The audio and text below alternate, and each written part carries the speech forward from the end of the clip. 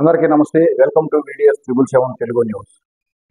విజయవాడలో పతాక స్థాయికి చేరిన వరద బాధితుల ఆకలి కేకలు. బిడ్డల ఆకలి తీర్చేందుకు పాల ప్యాకెట్ల కోసం వ్యాను వద్ద పురుషులతో పోట్లాడుతున్న మాతృమూర్తులు.